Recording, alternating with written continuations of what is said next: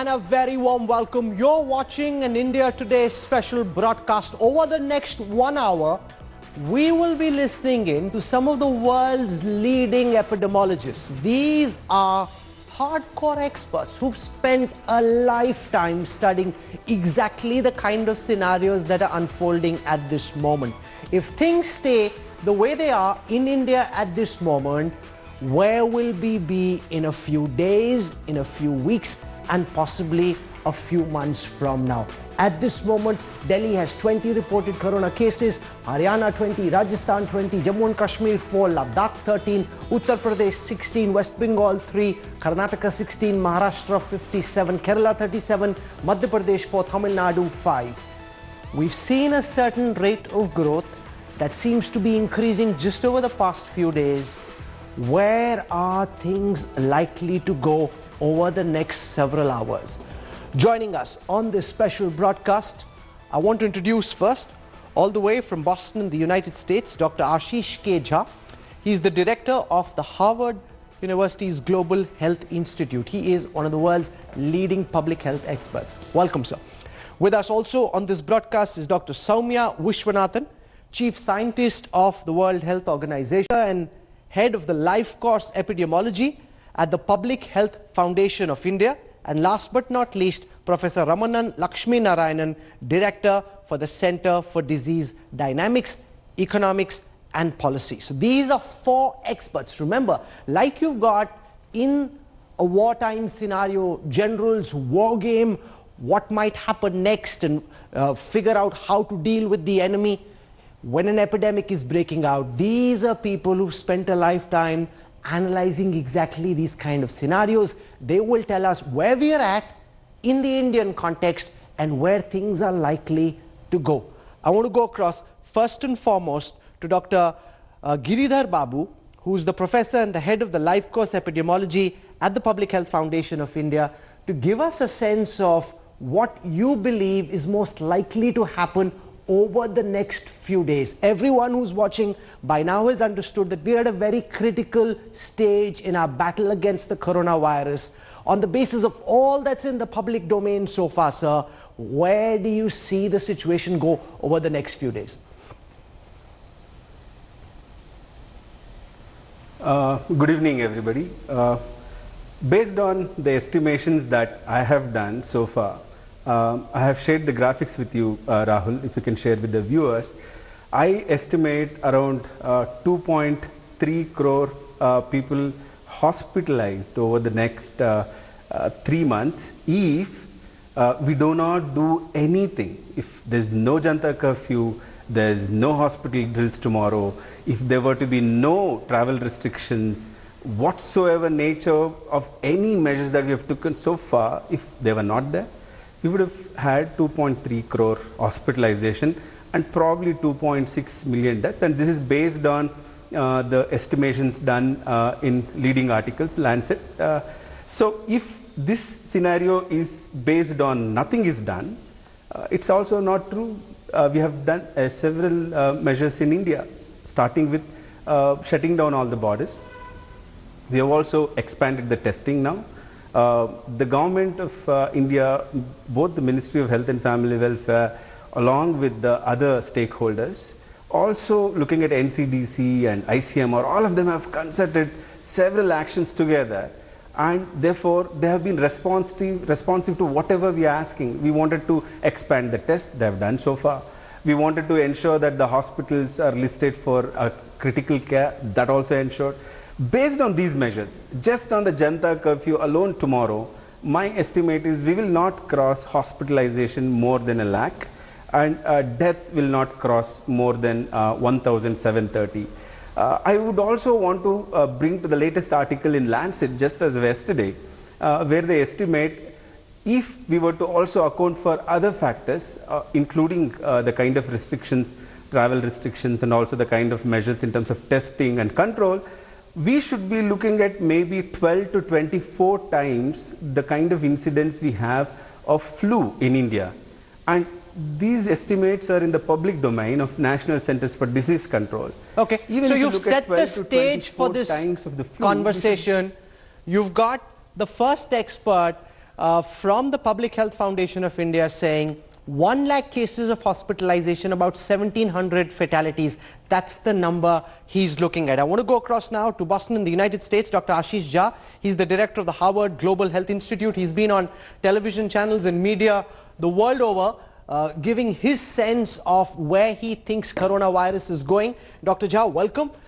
We just heard one estimate on our channel so far. I want you to explain to our viewers, from all the modeling that you've done, where do you think, especially in the Indian context, for those who are watching you live on India Today at this time, where do you believe the coronavirus is going from here? Dr. Jha, welcome.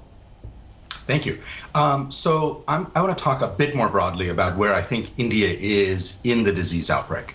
We are in the early days, and the cases are rising, and I think most people watching today should understand that the number of cases across India is going to continue to rise for many, many days, if not many weeks. The question is, what should we be doing right now? And there is one main focus that I think the Indian government and the Indian public and the health system has to have, which is expanded testing and isolating people who are found to have an infection. Look, there are two models for how to deal with this disease. There is the South Korea approach, and then there is the kind of Italy, Europe, America approach. In South Korea, they jumped on it relatively early. They had extensive testing, isolation, tracking down cases and all their contacts.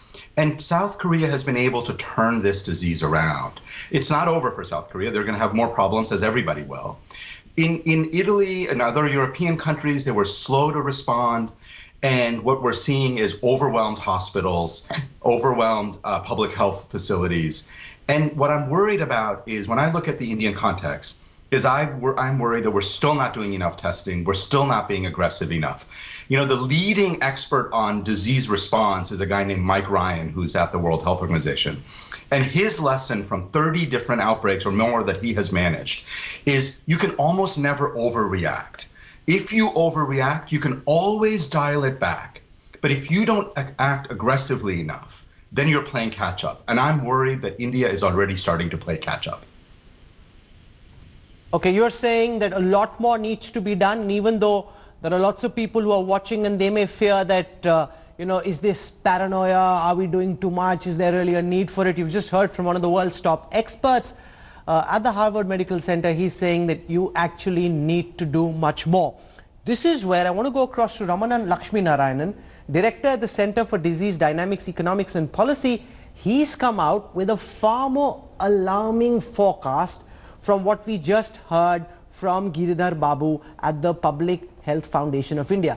His estimate is that up to 300 million people, Indians, in India alone, hear this clearly, 300 million people could get infected, and we could be looking at deaths running into the lakhs. Now, I want to understand, why is it that we're hearing such varying estimates of where coronavirus is going next? One expert says 1 lakh plus infections, 1,700 odd deaths. Your figures suggest that there could be up to 100,000 deaths. Why are there such varying estimates, and what do people make of, two experts giving a completely contrarian perspective on where we are going next? Professor Lakshminarayanan.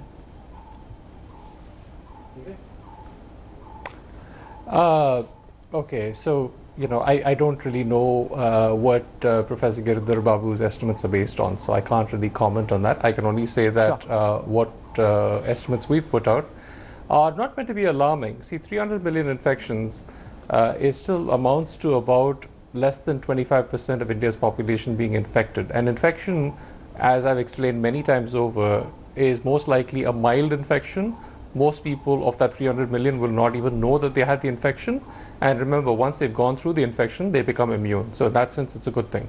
But there will be some proportion of these, somewhere between 10 to 20%, that will have severe disease, and a small proportion that will require critical care. Probably, we've estimated about 10 million, 15 million people will require critical care, and some proportion of that is where the mortality lies. And these are broadly consistent with what is, what we've seen in other countries as well. Now, keep in mind, this is not a one-time thing. This is going to something that until the entire population gets some kind of immunity, we're going to see this one wave, we might see another wave later in the year, and we might have, smaller sort of outbreaks in the middle. So this idea of testing extensively and trying to contain locally is always going to be part of the strategy. But to some extent, the horse has already left the stable with respect to, the cases that are out there in the community, because they're multiplying as we speak. So I don't think we need to argue about, exact numbers. But the point is that if we think that somehow India is immune and this is going to get us off lightly, I don't think that's going to be the case. And in fact, from a social distancing standpoint, we've not done anything like the lockdowns that Italy did or China did, for a simple reason. It's hard to do that here. It's people have daily work to go to. They have to put food on the table. So social distancing and lockdowns may be difficult options for us here, and we may have to come up with a completely uniquely Indian solution here, which is a combination of testing and local containment. But also some of it, we're going to have to take it on the chin. We're going to have to organize to have the mitigation measures, the stadiums, the large number of bed capacity in order to be able to deal with the severe infections. So one of the points that you're making is there may be no other option here. This virus has struck you, you develop immunity.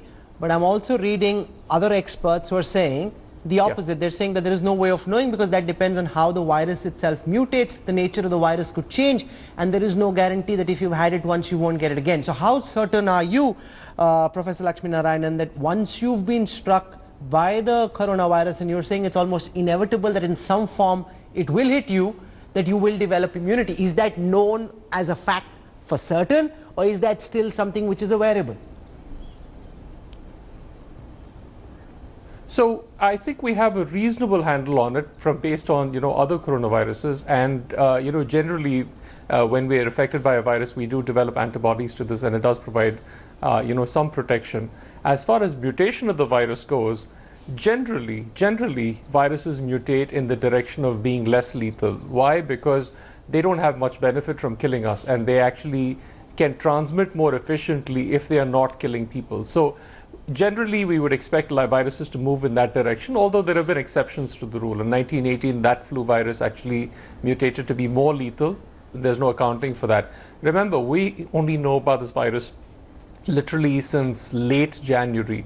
The amount of information we have is extremely little, and we're still discovering things. Like, for instance, yesterday we discovered that in Wuhan, children under the age of 1 and under the age of 5, although they had less infections, they actually had almost the same rates of severe infections as older people. Now, so this evidence is still emerging, and we're learning from it. So if you hear different things in different weeks as you're going along, that's just a function of us discovering as we go along. Okay. Dr. Soumya Swaminathan, from the World Health Organization's perspective, what are the kind of modeling numbers that you're looking at, especially in the Indian context? What do you, ma'am, think will happen over the next few days and weeks? Thank you, Rahul. I would like to take a slightly different approach, because I don't think that we should really be arguing over numbers. I think we've seen this infection playing out in many different countries now. And really the important thing to do today is to understand what are the interventions, what are the strategies that can be used to minimize the impact of this virus on the population. So first of all, there's no denying that this virus has got a foothold in practically every country in the world. It's just playing out at different times. And India is perhaps a little bit behind the European countries. Where I am today, we're right in the epicenter of the epidemic in Italy, Switzerland, France, Germany. The hospitals are full of patients who are sick, who need attention, and the infection rates are very high. Now, this is here to stay. And so I think we shouldn't panic. I think the Prime Minister gave a very good message the other day to the public to be prepared and yet not to panic, and to have a strategy which is immediate term, medium term, and long term. This is probably going to be a virus like the influenza virus, which is going to be coming in cycles, in waves, we need to see what happens in China now as they start lifting their restrictions, as people start going about their normal business. You know, how aggressively does the disease come back? How much immunity is there in the population? There are studies going on which we will learn from. But at the moment, I would say for India that as we are moving from one phase of this epidemic to the next, we have to keep on adjusting our strategy. And I've been saying all along, our strategy needs to be agile, it needs to be based on evidence, and it needs to take into account the unique challenges and opportunities that that India has. For example, digital tools could be used much more widely to not only provide information to people, but also for tracking, for keeping contact with those who are in quarantine, in isolation. We could move big time, I think, to providing telemedicine services, for example, reduce the load on outpatient departments. A lot of chronic diseases can be now handled, or even acute, could be handled by doctors in some countries who are working from home, again, to reduce the burden, reduce the crowding in hospitals and healthcare facilities, while providing services to people who need them. So there are a whole lot of interventions that would need to be done, not just one or two. Okay, Dr. Ashish Jha, one of the things that's being said in India at this moment is that we're still in stage 2, that there is no community transmission taking place, that all the cases that have been sent for testing have tested negative. So far, there is no case of one person without having traveled abroad transferring this coronavirus to another person in the country. But internationally, there's a lot of bafflement about that, lots of international commentary in the medical circles saying that that's highly unlikely, that India isn't testing enough, which is probably why they haven't determined cases of community transfer so far. Do you believe, which of the two do you believe is more likely to be true? Are we still in stage 2 or are we likely already in stage 3? It's just that it hasn't struck us, it's not hit us in the face just yet.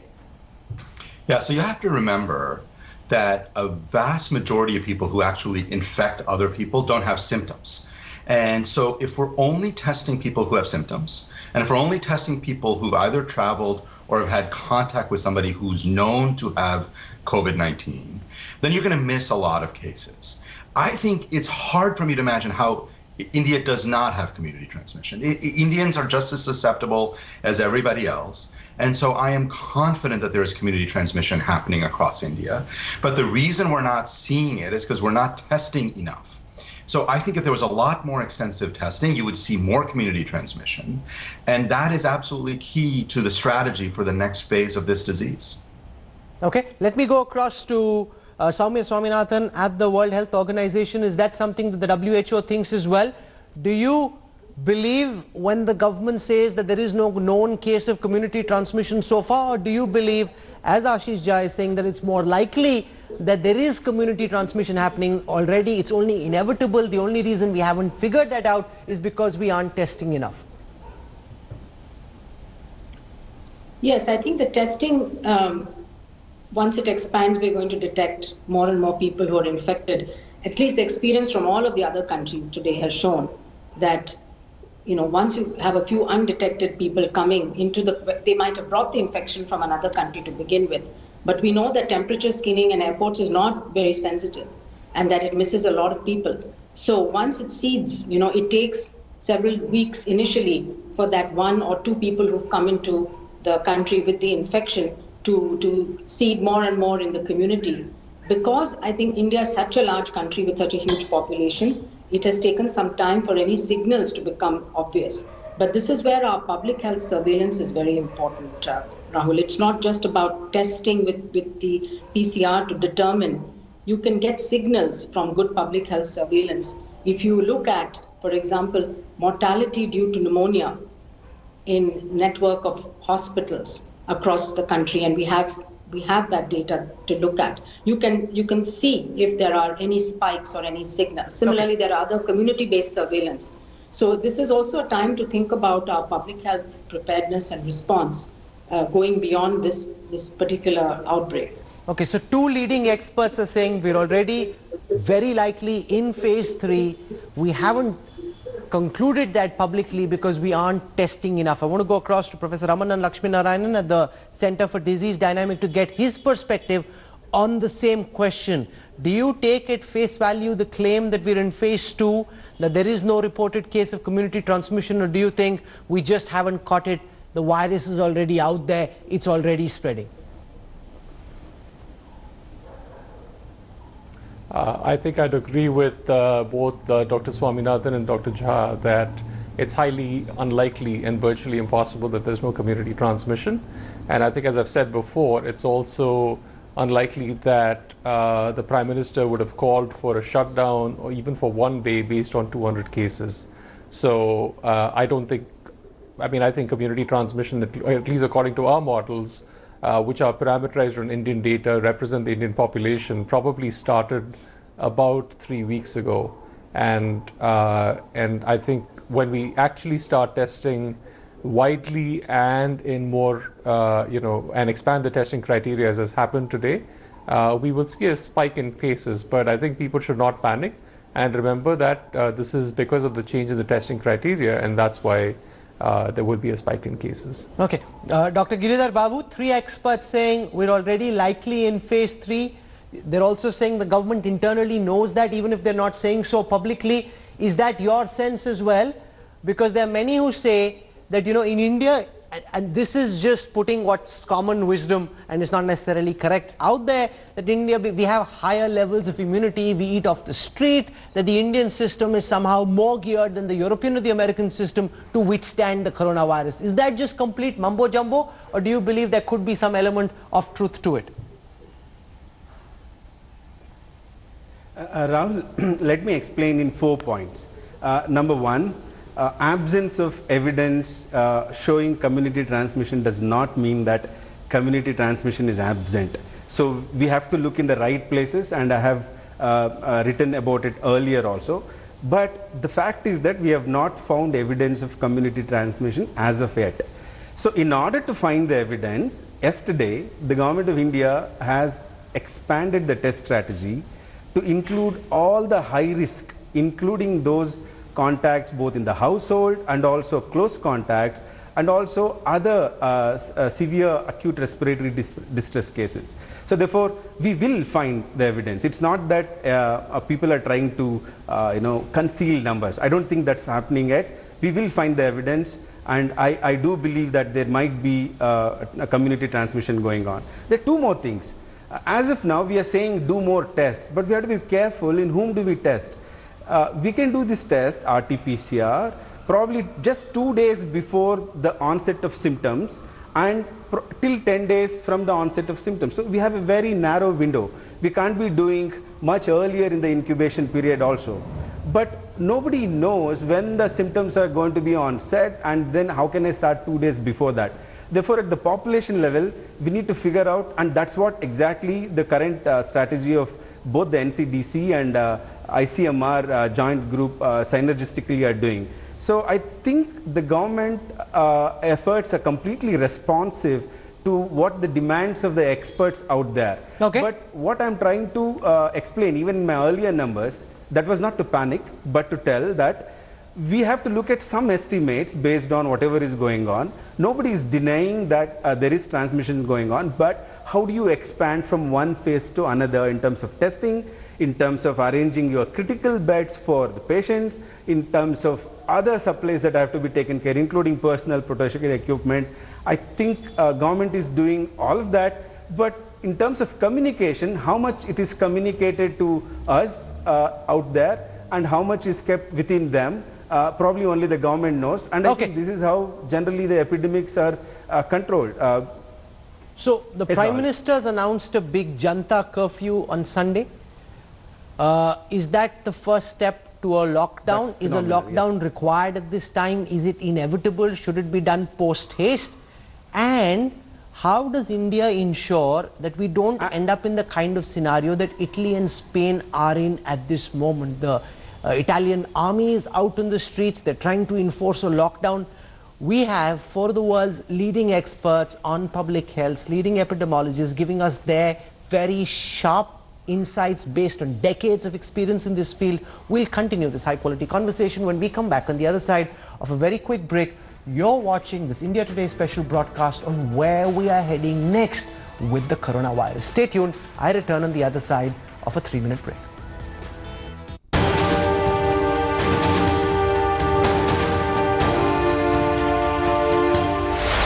Hello everyone, this is Rahul Kanwal here. Hope you enjoyed this video. For the latest news and analysis, like and subscribe the India Today YouTube channel and don't forget to press the bell icon to stay updated.